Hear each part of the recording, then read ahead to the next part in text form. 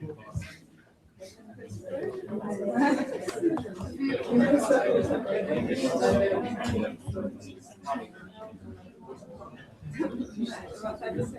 right, ladies and gentlemen, we'll make a move. We're obviously going to have a few people kind of coming in and out this morning, so I just wanted to get the party started. First of all, thank you for making it here Friday morning. I know it's a big effort to drag yourselves out of bed, and well, at least for the LBS people, there was a few things on last night, so thank you very much for coming. My name is Graham Burns. I'm one of the co-presidents of the Design Club. I'm delighted to be here. Really pleased that we can put this event on for not only the LBS community, but the wider London design ecosystem as well. Just a few quick things. I wanted to give you a little bit of the background about who we are and what we do. We're a student-run and student-founded organisation at LBS. We exist basically to try and build creative confidence and inspire innovation within the LBS community by trying to tap into London's rich design heritage. And that's really where the community aspect is quite an important part.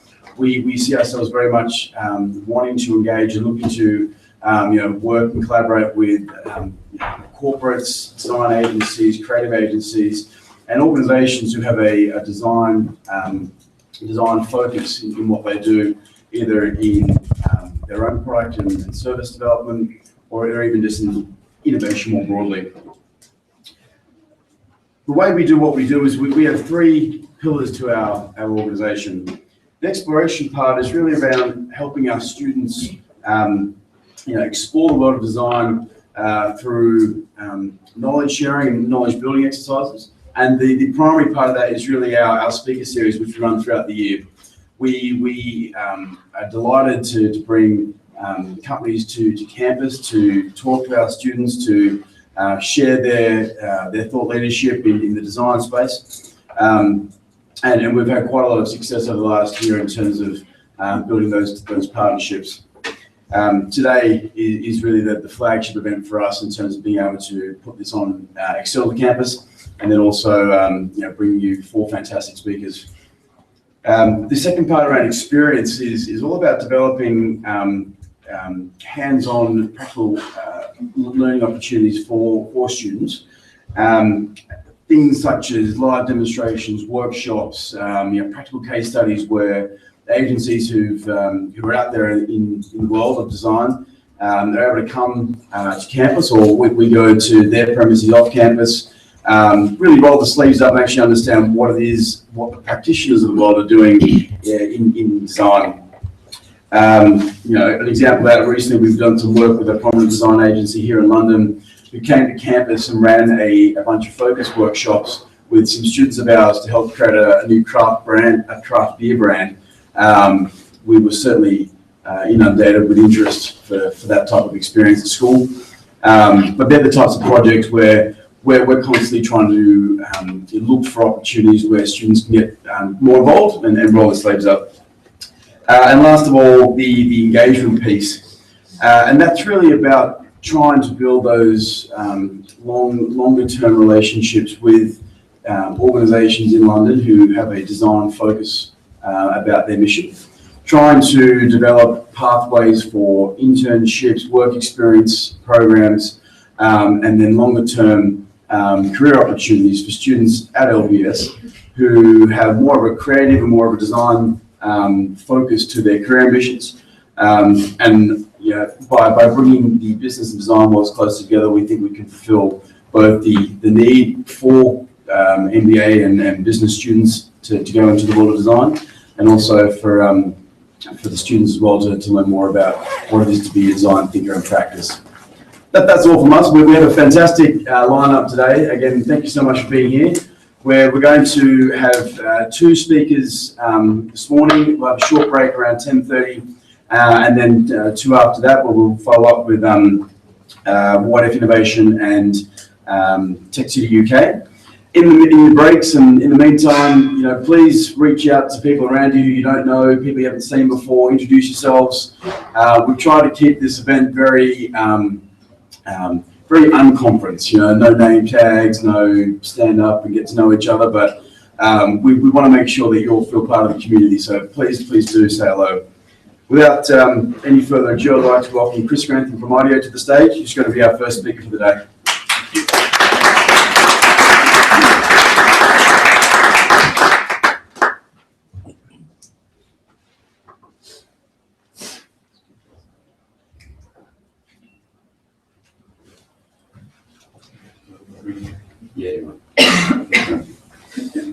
Good morning, everybody. Thank you very much for inviting me here. It's a privilege to be here at what I believe is the inaugural set of talks you're doing within this design community, design interested community, certainly within LBS. So that's a real privilege. I have to say it's not entirely for altruistic reasons that I'm here. It's from a sort of selfish point of view. It's still finding business designers, as we call them at IDEO, with design literacy is still kind of like finding unicorns. They're relatively hard to find. So it's very exciting for us to see a group like this emerge and develop. So I'm going to be talking about this idea of brand experience and brand experience design. I'll talk about what I mean by it at the beginning, and it's a huge part of the business we do at IDEO, and I head up that part of the business in London. So I'll explain kind of what I mean by brand experience design, and also why it's a really important thing for innovators and business designers, given the context of digital disruption today. So I kind of have a thesis, if you like, that there's a trickle-down effect happening as a result of digital disruption, which is really changing the context for design and innovation across the board, and how we design value, how we design organizations, how we design strategy. And even marketing and brand management itself is changing a lot as a result. So I think I want to really impress upon you today how important it is to see brand experience design as an important systemic challenge for businesses, and that it's really important that businesses in the context of the world today adopt an agile approach to developing, to building their businesses around where value to the customer and the user lies in a landscape of very quickly shifting consumer needs and customer needs. So that's enough kind of preamble. Let's get into it. I think IDEO is this is as a point particularly for the people at LBS. IDEO is a multidisciplinary design agency, so we have people of all sorts of different design disciplines working on projects kind of in the same space at the same time. And business designers are very much part of that community. So it's not that it isn't so much the case that there is a part of a project that is for business design. It's the process very much looks at that throughout in terms of assessing the viability of what we're developing for clients. So I will try and pull out areas where business design has a particular sort of depth, should we say, in the process. So I'm going to start with a story. So just trying to explain what I mean by brand experience design and kind of what it means to consumers, which is obviously a really important place to start in terms of understanding where value lies. So back in 2013, it was we just started a project with IHG working on the Holiday Inn Express in looking at their offer across the world, and we were tasked with looking at a next generation guest experience for that brand, for Holiday Inn Express. And I was, as we start a lot of projects within home interviews, trying to understand consumers' kind of latent needs, the landscape of services in their lives. And I was in there. It was a very, very grey, cold Chicago morning in early 2013. I was in this suburb in the house of a guy who was an IT consultant. I think he was called Dave. I seem to remember he was called Dave. And he was an IT consultant. He travelled extremely frequently. He travelled sort of 3 or 4 weeks in a month. And I was talking to him about what his ideal hotel experiences were like. And he said that for him, his ideal hotel experience was one that he didn't remember, which, as a designer, is kind of it was quite a shocking thing to hear, because I was thinking, well, how on earth do we design for that? What on earth does that mean for us? And he went on to explain he went on to explain that he just really wanted the hotel to be a very thin experience, really stay out of his way. It was kind of very much a necessary evil. So I asked him to describe that in a bit more detail. And he described, for example, his ideal arrival experience in this hotel. So he said his ideal arrival experience is one where he's thinking very much kind of the ideal in terms of what it would mean for him to arrive in sort of a perfect express hotel. And he said I would go in, I would see an environment that immediately looked very sort of free-flowing. I could just tell that I wouldn't get snarled up and snagged up. I ideally wouldn't have to deal with anybody. I would probably have checked in before I arrive digitally or on an automated check-in point. And if I did have to deal with somebody, I would very much be driving that experience. So it would be responsive to me. I will ask the questions, kind of thing. I don't want lots of banter. And I think that kind of that's kind of really what we're sort of dealing with here in terms of brand experience design. It's this idea of a number of things coming together. The idea of the role that people, in this case, the service behaviours or the desired lack of them in some ways, play in the experience. The role of the environment, the role of digital touchpoints to support this idea of expressness for him, and his idea of the brand, his idea of what Holiday Inn Express was kind of there to do. And I think that's an important thing to keep in mind, is that really what we're trying to create is something that's an experience, a powerful experience for consumers, in this case, that is led by brand purpose, and where all the touch points are pulling together to deliver an experience with maximum impact. And this is really becoming a key medium, if not the key medium, in terms of brand experience, through which brands are engaging audiences. And I would argue much more important these days than traditional advertising, for example, for a number of reasons. Anyway, I want to go back to Dave, because there was something which he said, I think, that reveals some of the challenges challenges and opportunities, if you like, because it's definitely a two-edged thing, that the digital disruption poses. So at the end of the interview, they were in his home, really bad weather outside. He said, "Oh, he'll order me a taxi." So I said, "Great." And so he got out his phone. He started to order a taxi using an app, which I hadn't heard of at the time. I'm sure you know what I'm going to talk about. But he said, "You know, it's called Uber. It's just the most fantastic app I've ever had." And he said, "You know what would be amazing?" He said, "It would be really amazing if my hotel experience could come be like Uber, the Uber experience." He said, "I feel really, really in control. I don't have to deal with anybody, and it just feels like, you know, like a super smart experience."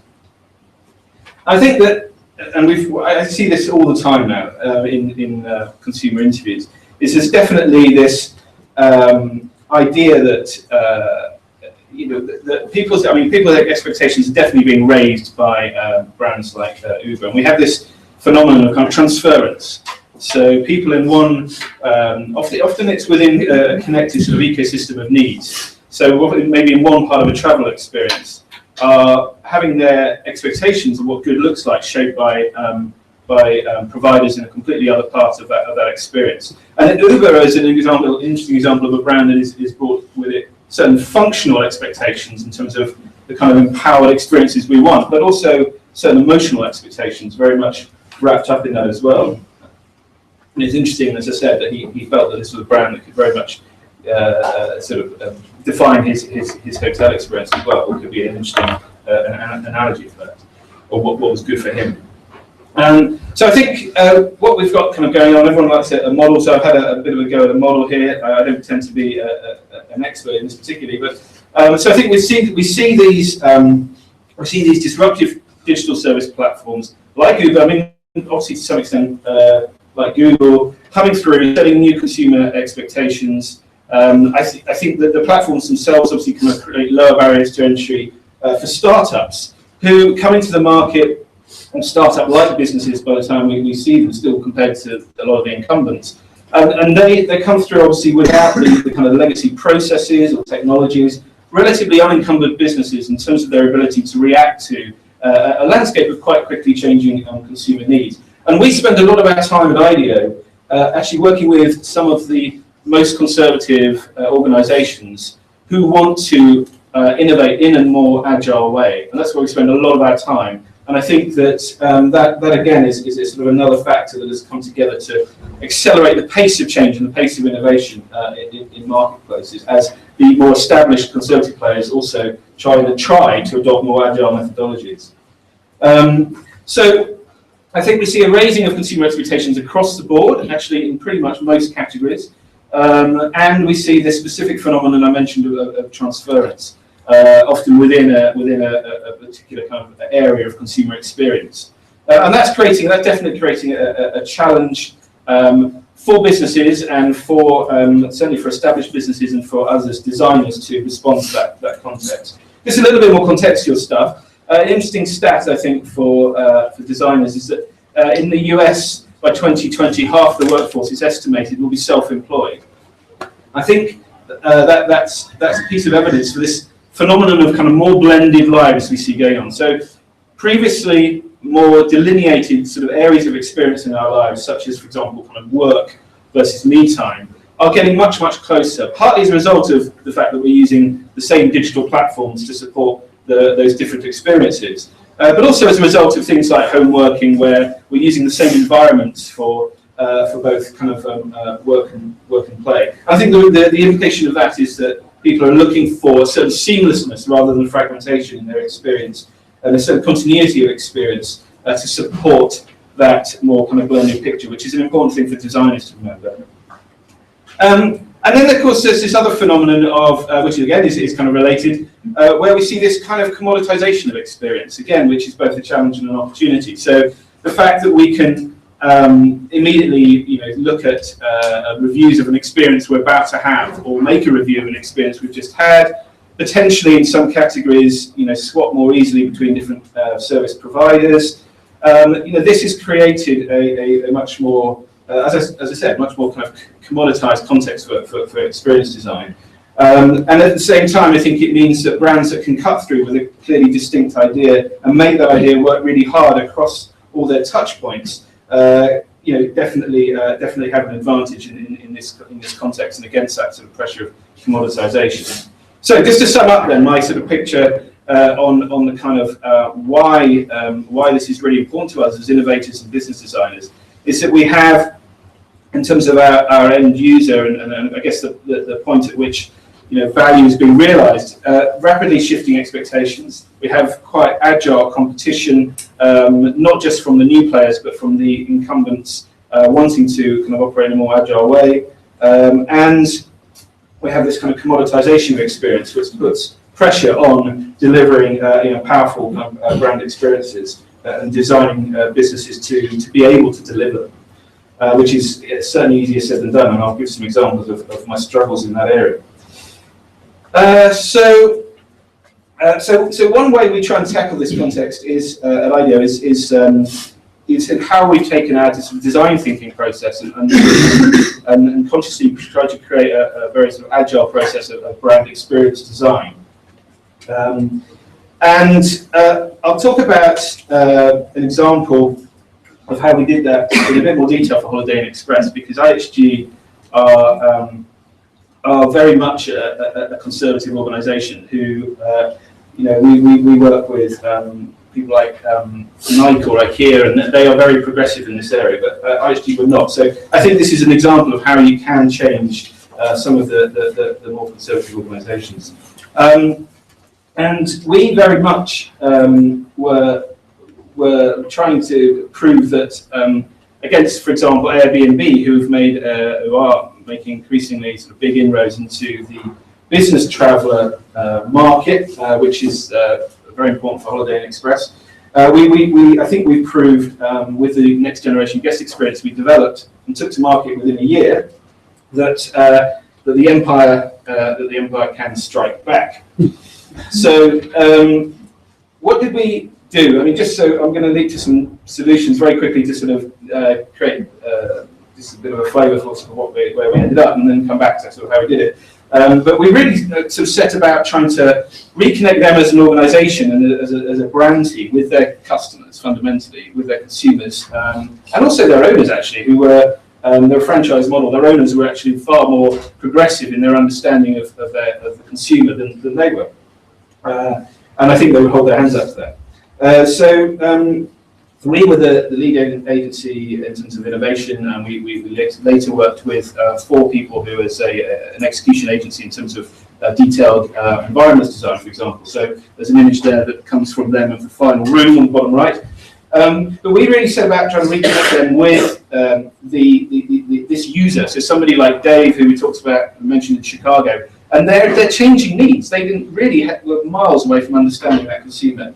Understanding what Express actually should mean on the ground as an experience, the kind of flow and flexibility in their hotel experience that those guests fundamentally wanted. And so, for example, one of the things we developed was very much a sort of trying to create some continuity between the airline experience and in terms of the best of the efficiencies there, and the hotel arrival experience, where you could select your own room, for example, and front and back of the hotel, or higher and lower floors, or the sort of family section or non-family, whatever it was.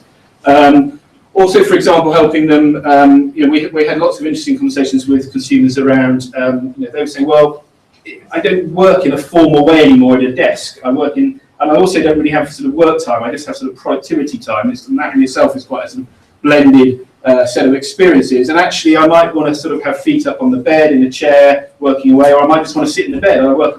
We had a lot of people saying that they worked frequently in the bed. So they were very much interested in the idea of, well, airlines do a great job in business class of providing more support for productivity when I'm working. So why can't we just have a really great light right by my sort of head on the bed, and hold all the plugs you would possibly want, and great sort of ergonomics in terms of how I can sit up and be supported working in a bed. So that's something we looked at. So these are the kind of things we were able to sort of help connect that company to. But I didn't really want us to much dwell actually on where we got to talk a bit more about the process, which I think might be a bit more interesting to you. So here we are actually building out, even at the stage of exploring a new, even really at the stage of exploring the value proposition, actually building that experience out so that we could socialize it with all the sort of stakeholders, but most importantly, use it as a design tool for developing and understanding really where the value in the experience lies by bringing lots and lots of different guest types through it. And this is a really key part of this idea of kind of working in an agile way with these clients, because what we start to do with this build out is we're really helping the client manage risk. That's what we're fundamentally doing here. So we're really in the business of helping them try to take bigger step forwards with more confidence, because we're building this in a relatively cheap way. I mean, this was built in a week, and it cost. I mean, the build and time costs for that, are in the tens of thousands rather than in the millions, which they would normally associate with a sort of full-scale pilot. Or indeed, often more radical ideas would never even get this far. They'd do some kind of quant test very early on and rule things out, and it would all get terribly predictable. But this is a way for them to explore some quite different ideas, and I'll talk about some examples of how we sort of challenge them on a few parts of the offer for guests. And then really, so we're building this out quickly, cheaply, and we're building it out with relatively low fidelity. So with just enough fidelity for us to get across to the user some key parts of the experience that we want to test, but low enough kind of fidelity and resolution for us to change it quite a lot during that testing. And that's the point as well about managing risk, is we're iterating this until it gets to something really sticky and really kind of workable, really sticky for the user and really workable for the business. And so that's very much kind of where we're starting then with this kind of idea of managing risk, and that's very, very, very important for a client like IHD in terms of how they can even get a project like this kind of going off the ground. So we're very much developing this beyond the constraints of their current organisation. So this was built in a warehouse that was acquired for this kind of purpose. We're not starting with their current sort of departmental silos. We're not starting with their current technologies even, because what we want to start with is trying to build an understanding of really where the value to the end user lies and where that value is realised. And then what we want to do is help them build their capabilities around that fundamentally. we just because they haven't historically developed guest experiences, bizarrely, by having cross-functional design teams of, for example, digital experts working with service behaviour experts, working with environments experts, because they haven't done that historically, it didn't really matter to us, because what we were able to convince them of was that that's how the guest consumes what you provide. We don't as people consume things often through the departmental silos, unfortunately, which organisations look out onto the world through in a lot of cases. So we try to build it beyond the constraints so that we can avoid some of the politics, which maybe says, well, something will never work. We say, well, look, let's try it. It's not going to cost you much.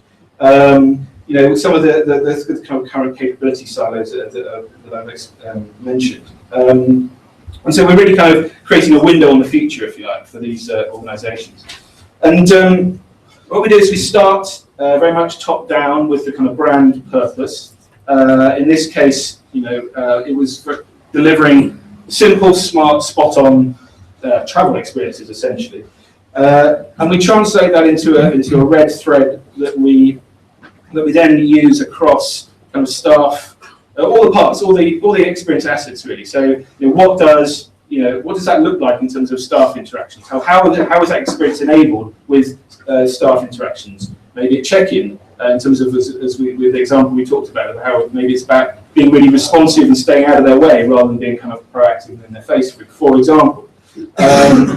It could be, how does digital support that? Maybe a check-in, maybe in terms of something like food ordering from an app when they're in a meeting room or whatever it is. It could be the food itself, and we'll come on to an example of that, and in the environment. How does that environment, we talked about, how do we create a flowing environment, but where people can have these great sort of pauses if they want to have a sort of quick drink or whatever. So it's all really, I suppose, at a macro level, we're looking at how these different assets combine across each stage of the customer journey. And we're really iterating until we get to things that feel signature to the brand, feel really delightful to the user, and feel relatively underserved in the category. So, for example, with the breakfast experience, we had a really interesting battle on our hands because but actually the client team and owners, to some extent, were obsessed with their free breakfast buffet. It was seen as a hallmark of the brand. But it was, users told us almost immediately when we started to engage with the customer that it was a really poor quality experience. And I think the client kind of knew that. I mean, they're not idiots. It was a really poor quality experience, and it was really not aligned with the idea of a sort of an express travel experience in terms of, most guests were focused in the morning on just getting out of the hotel, and breakfast was kind of a bit of a barrier. But in a funny kind of way, because it was, it's hard to, I can't believe I'm sort of saying this, but the client sort of thought that, or owners particularly thought that it was a popular thing because it was used, but it was of course the only thing that they were being offered in the morning. So of course it kind of got used and was sort of popular in that sense. But it was not something that was aligned with what people wanted, and so we really helped them. We couldn't get rid of free, unfortunately, so we were really stuck in a trap. In terms of how we could improve the experience without putting a lot of costs onto the owners. So we looked at really doing less better, which very much suited the idea of creating something that felt a little bit more curated to a kind of express-like breakfast. So inspired, for example, by the things you get in Terminal 5 at Heathrow's lounge for breakfast. We looked at doing a really good kind of bacon roll, cheese and tomato croissant, a really good coffee and an orange juice, and really not much more than that. We explored different extremes in terms of the actual format. So we looked at one point at a standing only breakfast, which was too extreme. We did in the end settle on a to-go format.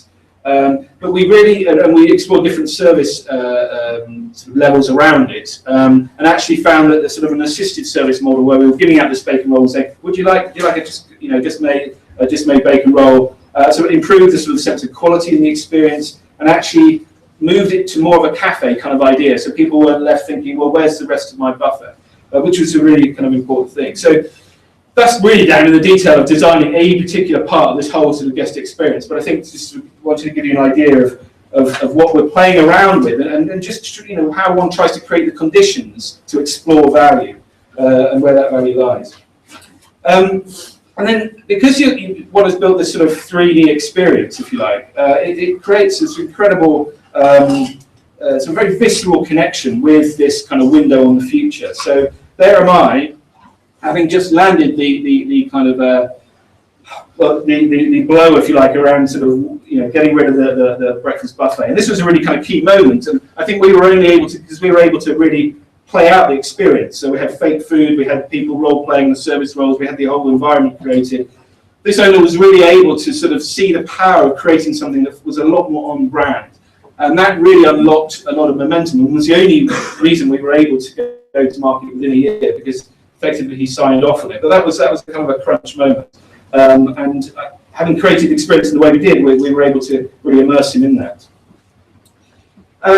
And then this is another sort of area that I think might interest you. Is it really this idea of sort of developing strategy through design? So in this case, we are exploring a check-in moment with a heads down ghost, and we're really having it drummed home to us about how they don't like our lovely, perfectly scripted, efficient interaction with them, and they just want us to stay out of their way. But that idea of being more responsive to them rather than being sort of in their face actually shaped the way we understood the kind of the role of the brand across the whole experience. And I think it really sort of helps us understand, what it takes to deliver that brand. We really understand the sort of important nuances and really enrich the client's understanding of their brand role.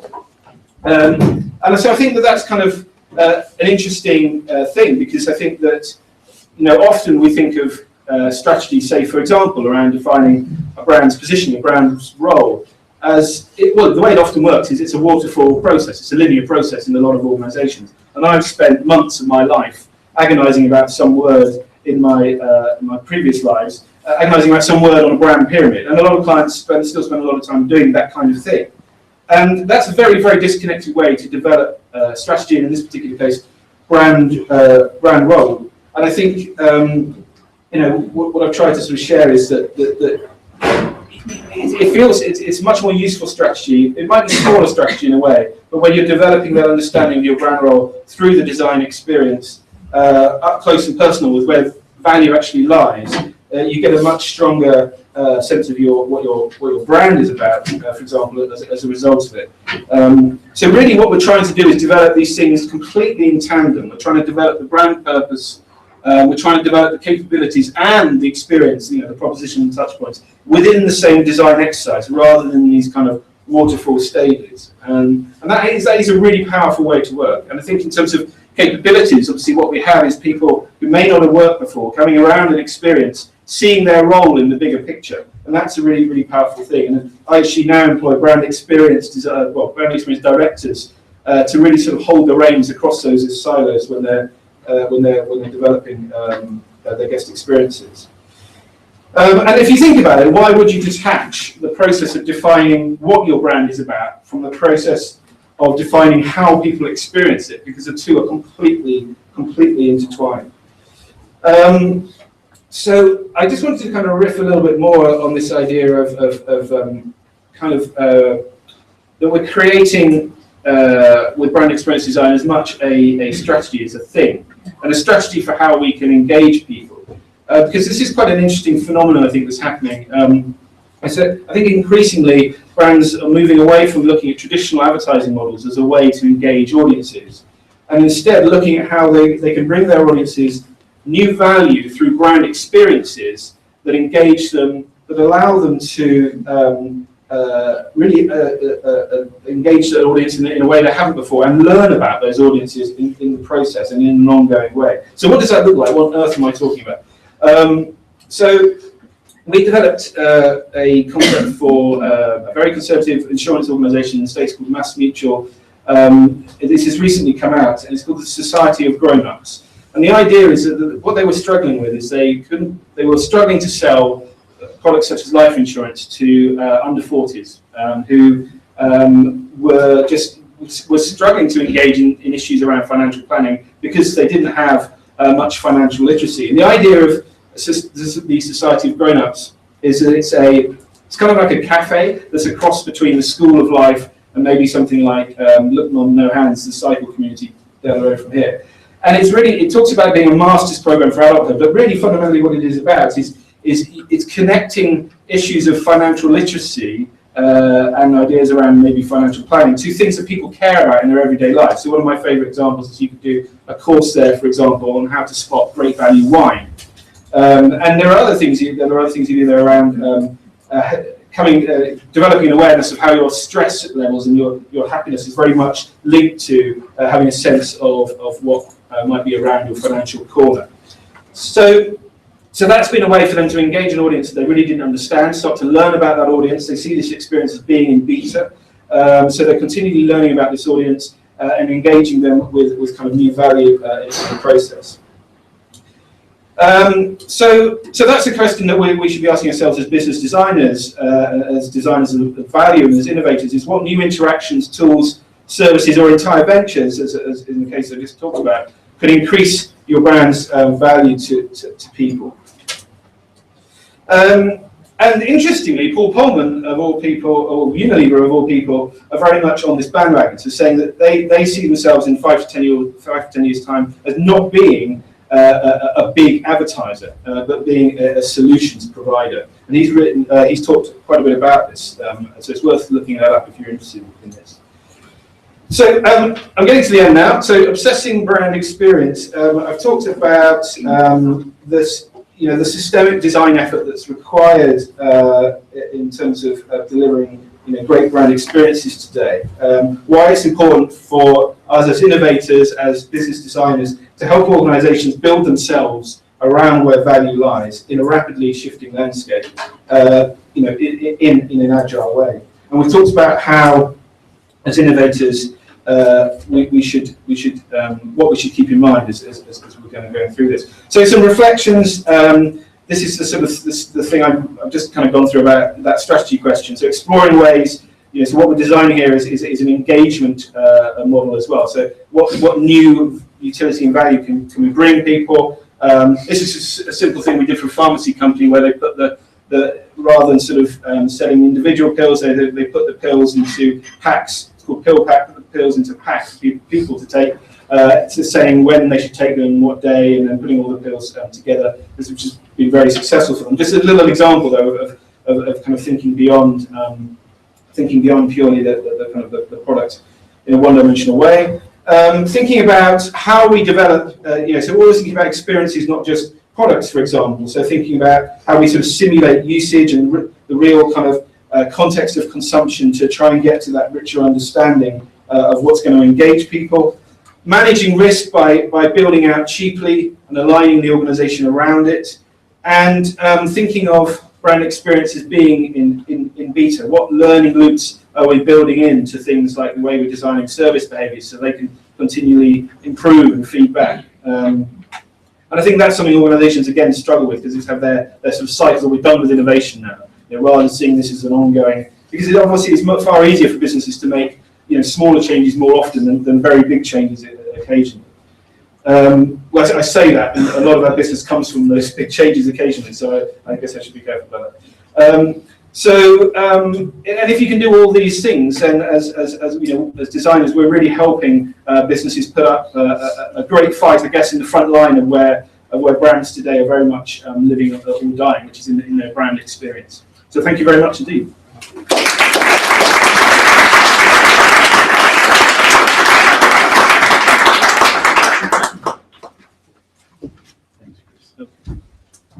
Fantastic, ladies and gentlemen. What a way to get the morning started. We'll move right ahead. I'd like to welcome to the stage Cisco CREATE, who are going to take us through what they're doing. I'd like to welcome Maria and Oliver. Oliver, thank you.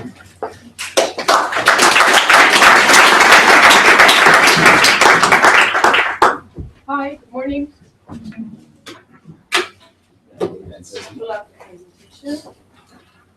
These guys. You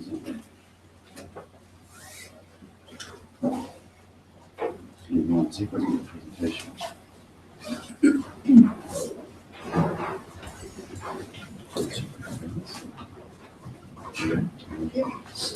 Controls. Turn it on, please.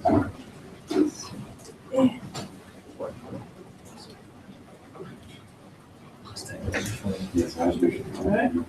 Is that on? I don't know.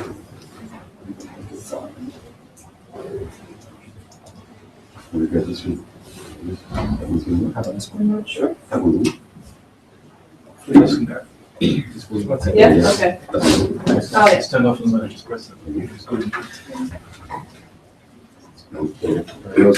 All right. Is this one working? Yeah, I think that's working. Yes, no, maybe, no? Well, I can speak up anyway. So good morning, I'm Maria, I work for Cisco CREATE. I don't know how many of you might have heard of Cisco. Do you know what Cisco does? Anyone? Sort of? Kind of? We're sort of the plumbers of the internet, so networking technology, boxes, really. Not something very exciting to look at generally, and not something that is really easily comprehensible for people, especially when you do stuff in a new way. For us, essentially, very often that means we have a new box. Yay. So we try to do things a little bit differently. I work for Cisco CREATE. It's an innovation center, an IOE, Internet of Everything, innovation center in London, one of the 9 that we have globally now. And I'm here with Oliver, who's one of our partner companies. We are a collaborative research center. I'll talk a little bit more about how we do things, but we work very much in a collaborative fashion with other businesses, large businesses, smaller businesses, universities, cities.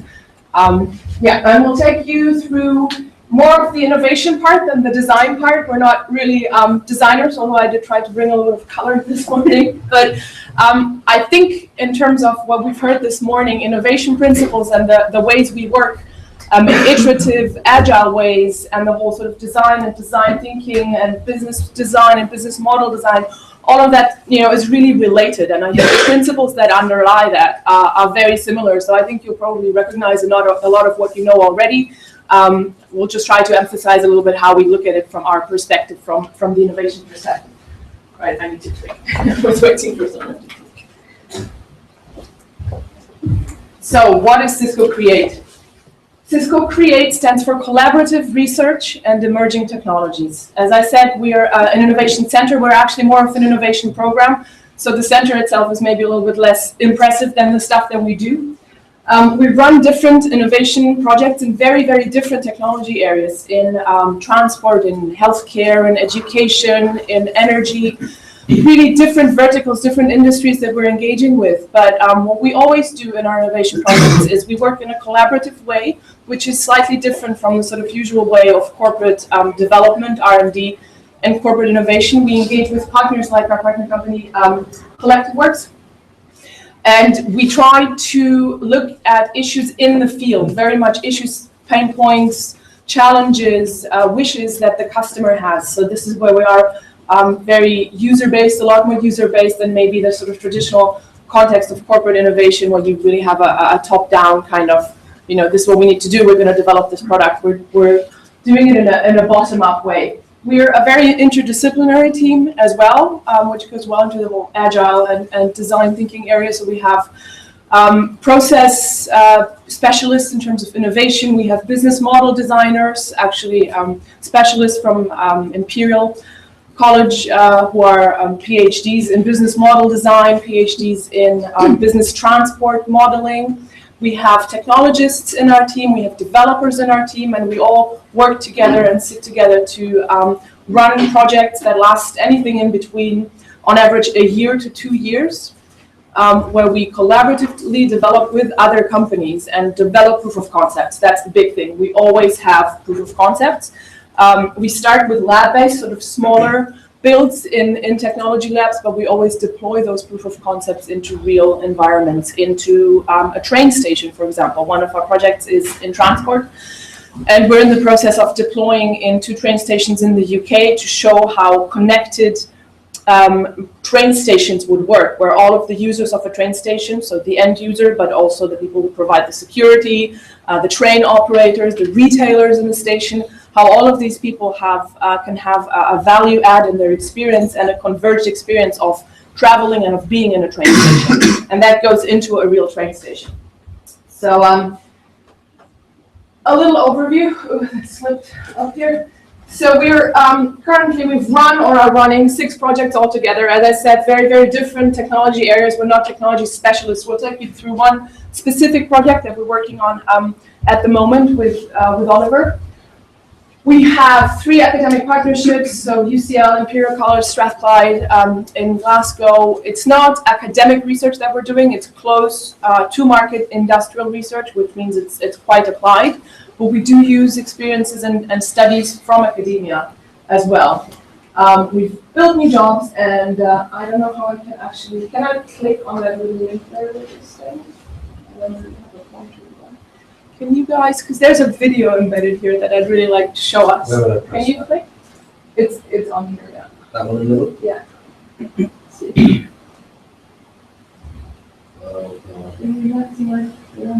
Right top bottom. Let's see, are we connected in terms of sound?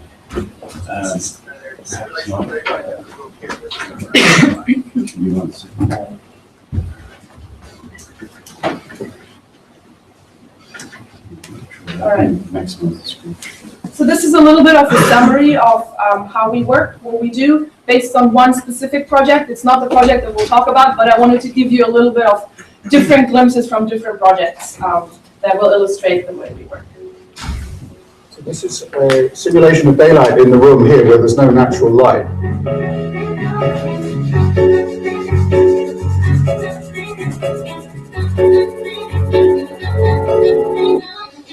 London is a great hub for innovation in the UK. The UK has lots of different people coming from different backgrounds, bringing their experiences into the technology space.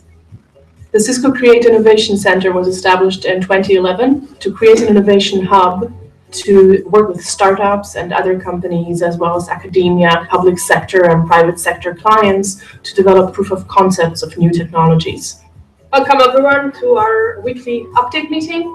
We have projects in energy, building management, transport, public sector. So there are really different areas that we're looking at in terms of how Cisco technologies can change the way people live, learn, play, and work in the future. We are working with startups such as Ambiex, who do lighting controls. It allows basically the lights to become part of the Internet of Everything, where lighting fixtures talk to sensors, talk to smartphones, talk to computers, talk to people. We are developing connected, networked lighting. This will enable all sorts of capabilities, not just performance lighting, but also really good energy management and reduction in energy costs. We're working week in, week out with the Cisco CREATE team on the Light as a Service project. All the lights are connected through the network. You can pass information about color temperature, color, brightness, fading.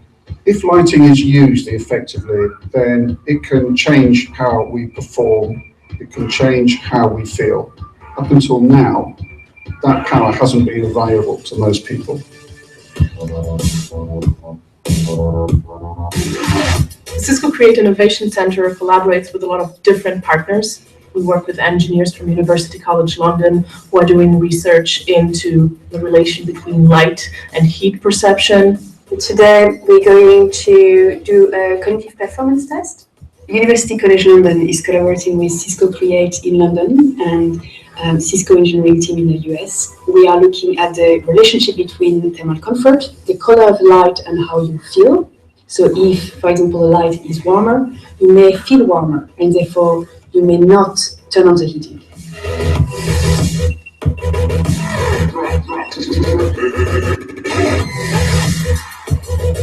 Innovation is really key to our future. More and more people live in cities, and it's really important for us to find new ways of looking at how technology can help us make use of resources more efficiently, and to see how the Internet of Everything can address and solve these challenges moving forward.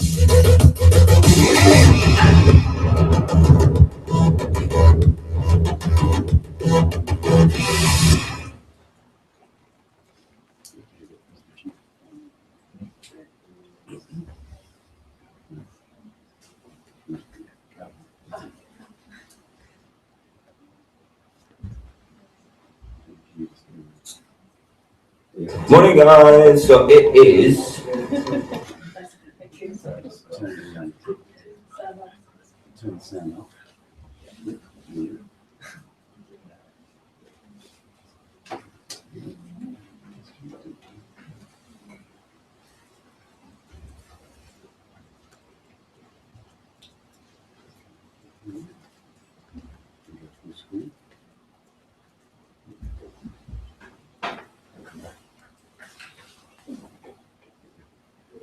All right. Right, so this is a little bit of an overview of a lot of different things that we do. We're going to look at one specific project now, and I've enlisted the help of a little help of some friends to show you 5 principles that we base our work on, and that I'm sure you base your work on as well. It's a little bit, as I said, about reinforcing a frame of mind and a way of thinking about problems, rather than giving you like one specific method for innovation. All you need is love, yes. Everyone needs love, right? But is love really all we need? Is that really all your user needs? So the first principle is know what your user needs. Find out user needs. Find out what are the pain points, what are the issues. Really understand the user before you look at developing something for them. Maybe that's really intuitive for you as designers or business model innovators in an environment where innovation often happens, and I think it does in many corporate environments, top down. It's not always that intuitive to actually think about the user first before thinking about the product. And that's what we're trying to do very much. That's why for us it's very much innovation. Bottom up, sorry, not top down, bottom up, from the fringe, from actually looking at an issue in the field. Sometimes that's a big innovation, and sometimes it's a small innovation. Sometimes it's not really actually changing the whole product altogether. Sometimes it's changing the business model, and that's what Oliver will talk about in depth. So really, don't look for basically a user for your product. Don't look for a challenge for something that you already have. Look for a solution for something that really exists out there. And how did Kilter, the product that you've developed, how did you do that? Well, I'd like to start by saying that Kilter is a social media network that we built. I work for a company called Collective Works. We built a social media network for Central Belt Scotland. Our intention was to try to break down the concept of social media network being a ubiquitous product that goes across the whole world, so that you can connect yourself with someone in Kazakhstan at the same time as someone in Sydney. Very much our perspective was actually how relevant is it that you want to make those connections. Necessarily, you can do that on Facebook and everyone's happy to do that. What we were looking at is what's relevant to us based in Glasgow is what's immediately in front of us. So the idea of a local social media network started out very early on in our development of the business. And addressing directly this question, what does your user need? That was very much a sort of notional feeling that we had as innovators, a small SME business trying to make their way in the world. And we felt that there was a bit of an itch that needed a scratch. And that was that actually I wanted to know more about my immediate vicinity and less about what's going on in the broad world, because actually I've got plenty of avenues to find that out. So what did our user need? I think to an extent it was one of those things where you suck it and see. So the last speaker was talking about put up a marquee of different potential outcomes very quickly and affordably. Well, ours didn't tend to be too affordable, actually. It was a hell of a lot of private equity, and it's been very painful all the way through. You guys will no doubt have that yourselves. The end result, though, was that by sucking it and seeing, we found that our primary business model to start with was completely wrong. And it wasn't until 2 years later that we worked out that a business networking tool for diaspora networks of Scottish people wasn't really what anyone wanted. What was happening on our platform that had been built for that purpose was that people were bringing really interesting multimedia content onto our platform in a way that was bringing artists and musicians together. It was starting to form a really nice little, highly rich community platform based directly in Central Belt Scotland and primarily in Glasgow. So we spent 3.5-4 years building towards the version 2 release of our platform. Version 2 was very much a movement much closer to what our users need, because we had found actually we were being prescriptive about what we thought they needed, but we found out very, very hard how you can waste a lot of time by trying to force feed someone something. We found that listening to the customer through that process was the primary reason that we're now where we are today, and we're not nearly as close as we would like to be to the success that we hoped for. But it's all a journey, and what your user wants changes on a day-to-day basis. What we really found that though, was that as a small business, it wasn't just about getting our user right, it was about understanding how do you get to those users. And so part and parcel of what I'm here to talk about today is a bigger itch that we felt needed to be scratched, and which was complementary to our, at that point, business model. So to bring you back, it was all about hyperlocal content delivered through a platform that represents the people in that immediate vicinity. But as I mentioned before, we're privately funded, we don't have huge marketing budgets.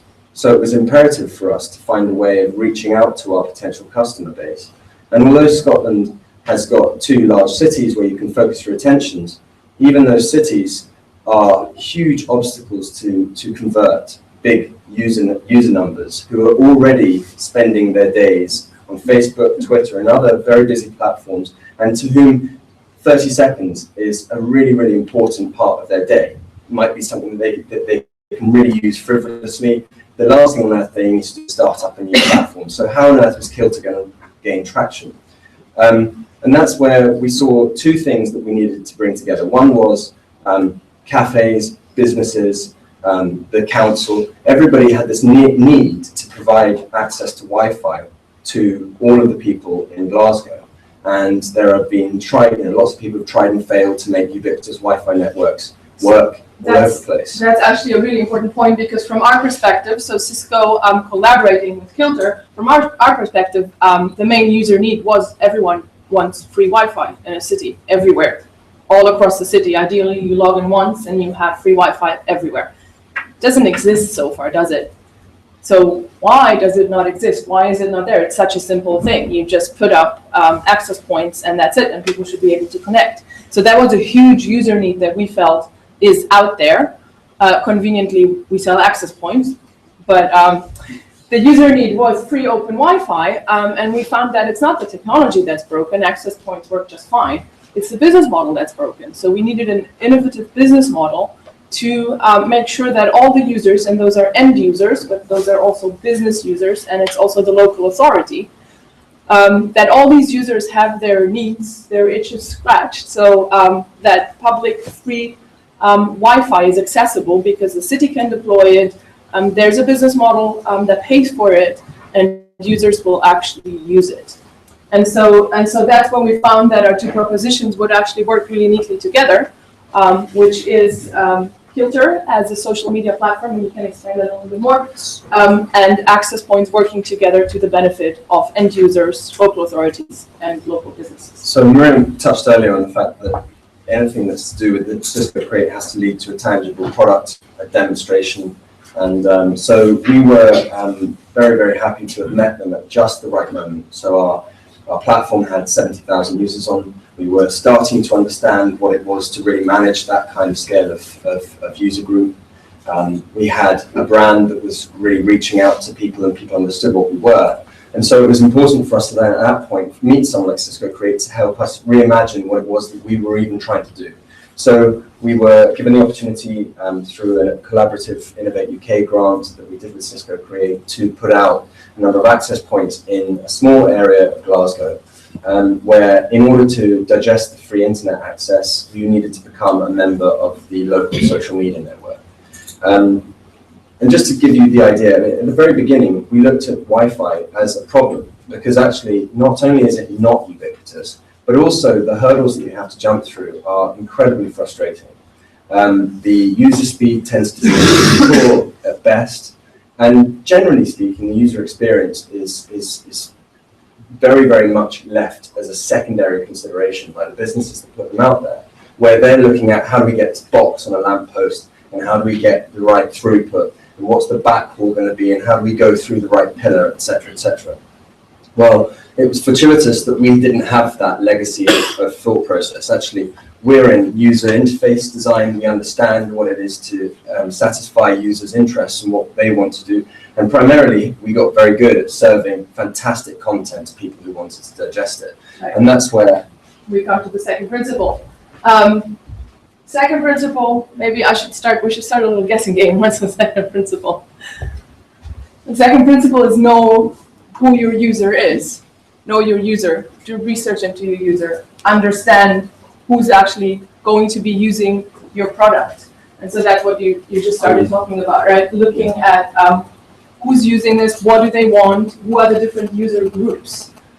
And so based on this, I think you developed like a modular concept, right? Right. So what we were trying to do was make an amalgam between the Wi-Fi provision that everyone wanted. We knew people wanted that, and I want that. You know, and I want to be able to sit in a cafe. I want to have an uninterrupted internet connection, and I want it to be fast, and I want it to be easily accessible. But I likewise don't want to have to do that every time I go into a different cafe. Likewise, if I'm traveling, I don't want to have to do that in every different potential hotel that I stay at. What would be lovely would be if there was a ubiquitous free Wi-Fi network that I could use wherever I was, whenever I was there. So just imagine a train journey from where our office is in Glasgow through the train up onto the hill in Edinburgh. An uninterrupted internet connection would be an absolute delight. And there are modules of that connection already in existence, but they haven't been joined together because there aren't business models that support it. So what we were trying to do is be the glue that ties all of that together. So instead of a bland landing page, which might have a URL intercepting your interest potentially, that goes off to the BBC News, what we were trying to do was give you interesting and dynamic information about your immediate vicinity just before you go away off onto the internet. Now, some of you might be sitting here thinking, God almighty, the last thing I want when I'm on my way to Google is to be interrupted, right? Well, I thought that as well, but actually we've done our homework, and it turns out that we are all actually remarkably interested in local information, but we don't have enough time in our day to do anything about it, to seek it out. So what we wanted to do was just interrupt you for 20, 30 seconds on your way to the internet to go and do what you're doing. I live in Elephant and Castle. I opened up my laptop and my wife had been searching about Elephant and Castle. I was actually on my way to go and find out what the weather was doing on Google because I kite surf. I needed to know what the wind was doing. And there was an article about the roundabout at Elephant and Castle renovations and all of this new thing. I spent 5 minutes reading that article. Now, did I search for it? No, I didn't. It was put in front of me. I happened to have some time, and that's what really captured my attention because it was incredibly pertinent to me and my environment. And that's where Kilter comes in. We're a social media network built in Glasgow for the people of Glasgow. The Wi-Fi network is the portal through which we can get user acquisition, and that's what we then do is deliver great content at that point. Now, many people might feel that that's actually not going to lead to traction, but we see that's not the case. We have upwards of 2 minutes as an average dwell time on our portal in a cafe down the road from where we're based. And that was a 6-month demonstration that was done as part of the program that we did together. And with that very exciting, compelling concept, we're now starting to take partnerships through Innovate UK with people like BT, Virgin Media, and other people who have got a real will to explore making Wi-Fi so much more than just the internet. If it can be much more about bringing people contextual information about their surroundings in a way that is helping them discover. You know, if I go onto Google and search for a local bicycle club, sure, I'll get that answer. But I need to have thought, I want to find a local bike club right now. Whereas if I'm in a cafe next door to a bike shop, and the bike shop posts a piece about the local bike club that is geo-targeting that access point, then when I'm digesting the internet there, I'm going to get that piece of information, whether I knew I wanted it or not. And that might trigger a new connection in the real world. Because that's what Kilter is all about. We're trying to stimulate relationships in the real world. And that's why local is so important to us. Back to the idea, I can't go and meet that bloke in Kazakhstan, but I could pop out down to the Kelvin Grove Park and do some capoeira with somebody I've never met before. The relationships point is a very interesting one, and it's also the next principle. It's very much about building a relationship, and building a relationship with your user is very much, I think, what it says on the tin. It's building a relationship. So you don't want to rush into things. You know, you meet someone new, you don't want to be calling them every 5 minutes, sending them messages all the time and scare them away. It doesn't work like that, does it? On the other hand, you want to be there. You want to show interest. And that's, you want to be available, right? You want to reach out to that new person you met, to that new relationship you're building. We think that building a relationship with your users works very much in the same way. So if you bombard them with notices, messages, offers, you're going to scare them away. They're going to stop using your service. On the other hand, the service should be there when they want it, and they should be able to find it, and maybe, you know, a little nudge, a little suggestion of, look, this is what you could do. You could use the bike shop next door. So build a relationship with your user. And the way you went through that journey was very much a gradual process, right, of getting closer and closer to the user and responding to their need, maybe as we've heard actually in the hotel, where people don't want to be bombarded with, you know, can I help you? Can I help you? Are you sure I can help you? I don't like going into shops like that either. So what did you do? So the end goal, as Maria mentioned, is that we wanted to be able to make a sustainable Wi-Fi model, right? Now, there's a huge vacuum where there's not enough money to support the wholesale movement of these devices that Cisco have across big cityscapes, and indeed the maintenance that goes on afterwards.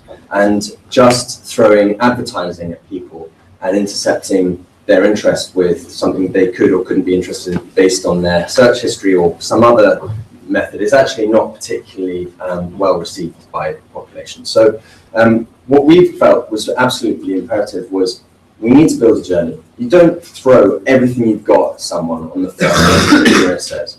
So for us, the end goal was a loyalty product. That means that every single transaction that's done through the Wi-Fi connected businesses could potentially lead to significant revenues further down the line. But we weren't going to expect people to leap straight in feet first. No one's going to give you their credit card information on the first meeting, right? I was told by somebody who does a lot of thinking with some big brands, particularly high street retailers, that actually a woman isn't going to walk straight into Next and offer up her bra size as a means for having the right product put in front of her on the first time she goes into a Next store. No, but one might give more information as time goes on, as you build up a level of trust and go on a journey with that brand or go on a journey with that product. And so ultimately for us, it was about evaluating what's of interest to the people. What we felt was of interest was this hyperlocal content. So immediately make the user interface work on that basis. And then slowly but surely iterate towards a deeper level of relationship with the user and possibly a much more complicated user interface. I would challenge any of you to be able to just blank your mind of what the user interface of Facebook felt like the first time you arrived there. Every time they release a new interface, everyone goes into apoplexy. It has to be done really gradually, and we feel that there's a journey that we need to go on, not only on asking people for information and having a relationship on that data, but also on the user interface as it goes forward. So, you know, we hope that over a course of, say, a year to 2 years, we'll be able to give a very granular release of different user interface design to people, where the previous slide showed quite an in-depth and possibly overwhelming user interface. What we wanted to have was people getting there slowly. So, and also remember, when we're talking about ubiquitous Wi-Fi networks in UK towns all across the United Kingdom, we're not all central London media tech-savvy people, right? The world needs to be thought of in the way that those who are based elsewhere, out of London, out of Glasgow, out of centre city locations, without the right up-to-date iPhone 6, we need to think how we're going to deliver the right product to the right people based on everybody who's potentially going to use it. Because ubiquitous Wi-Fi means that you've got ubiquitous user traction. So that's where we were on that, and we're not there yet. So we have to do that as part of a journey. So the fourth of our 5 principles is we've talked a little bit about different ways of innovating, different ways of looking at things. The fourth principle really is think different. Try things from a different angle, from a different perspective. Don't do things the way you always do them. For us in innovation, that means to, as a technology business, Cisco as a technology business, it means to think about business model innovation, as I said earlier. So if we came in through the front door, we would just do technology product innovation. We would try to bring in a new box. But in this case, we used the bathroom window to come in and to think about it in a different way and to say, well, actually, the box works just fine, but somehow it's not, the service isn't reaching the user. And so thinking differently means, working together in different ways and and thinking about the business model in this case and finding a new way of solving that. And if I could just add on that, I mean, one thing we didn't touch on so far is that it can be in a very complex set of users and other stakeholders who you've got to satisfy. So if I can leap back into the Uber example, it didn't have to just work for the users. It had to work for the users and the people that supply the service. So you will find that the user interface, if you peer over the shoulder of your Uber taxi driver, is just as slick and well thought through for the taxi driver as it is for the user who's using it. Because ultimately, you need everyone who's in the chain to be satisfied. And for us, obviously, having Wi-Fi gradually run across an entire town where each access point is put in through a variety of different means, but also by all the businesses, so they have to support it. You have to give an analytics dashboard, you have to give a means for those people to reach out to their customers after they've secured their relationship with them through the Wi-Fi provision. You know, it's like an iceberg. There's a hell of a lot going on underneath the surface. So the user only sees a little bit, because actually you've got so many more people to satisfy. In order to get the deal even to go through the front door, you've got to make sure that the council are happy. And the council want to understand the points at which user traffic running through their city is meeting dangerous levels of congestion. So can we help with that? The answer is yes, we can. We don't intend to take any data from people. All we know is that there are a lot of access points, a lot of devices around this access point. And what can we learn from that? Well, it's all going to be contextually relevant pieces of information that we take from that, because actually we're not going to look at each individual user according to their eye color and what their mother's surname was or whatever else. You know, this is important. We're trying to distance ourselves from the current situation that really is the barrier to entry. I found it again very recently going into a very well-known Wi-Fi provision in another city I visited recently. Opened it up just to remind myself how awful it was, and it was just as awful as it was 2 years ago. And I just couldn't bear the idea of giving yet more data so that I could be taken for a ride. You know, it's all about the user traction is going to be directly correlated to how well they're recompensed for that data. And what is the data? You know, what value can it be? So we're talking through these guys to a few people at Imperial who look at machine learning. So, you know, knowing that 20 people always, I say people, 20 devices always take the same route. And of those 20, 25% of them stop outside the shop and make a purchase. Well, you might therefore be able to make some interesting insights into when you should serve an advert to that device if it fills that pattern. And at that point, you've made a contextual understanding that isn't relying upon any of their data whatsoever. It's just based on contextual interest.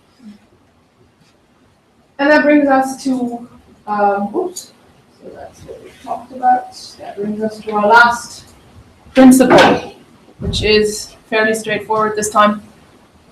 Collaborate.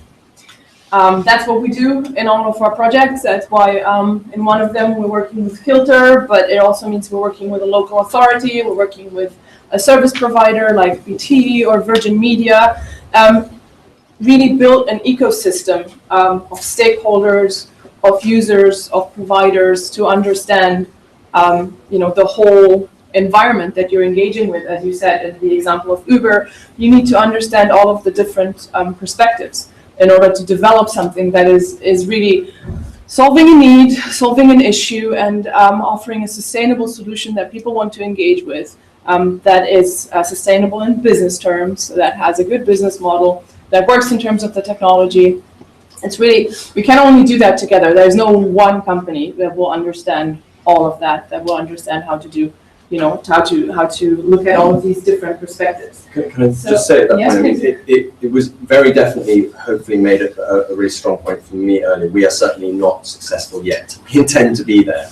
And it's through this kind of relationship that we intend to get there. But, actually knowing the bounds of your capabilities and not trying to take on too much has been some of the biggest things we've learned over the past 5 years. We so often ended up as the small guy at the table trying to pretend that we could do everything. And actually one of the strongest cards we've been playing recently is saying to BT and some of these big players, We know we can't do that stuff. That's where your expertise come in. But this is the bit that we're really good at, and we're very proud of that. And therefore, please listen to us when we talk about this, because we know what we're talking about. We've got 5 years of experience doing this, but where we can see overlapping complexities of this model is where we can help add value to you and vice versa. And so the partnership concept is utterly critical. You know, find people who can do the stuff you can't really well, partner with them early so that they feel that this is a reciprocal relationship that's going to bring mutual benefit through a long relationship. So that's something that we've been aiming to do, and it's still a journey and process for us. And so this is our current partner ecosystem. Just, we've talked about a couple of these players, but just to say, we work with a lot of different companies from very, very different backgrounds, very different technologies, academics, cities, large companies, small companies. It's all about building that ecosystem to help each other understand the environment and build something that really works for the user. Thank you.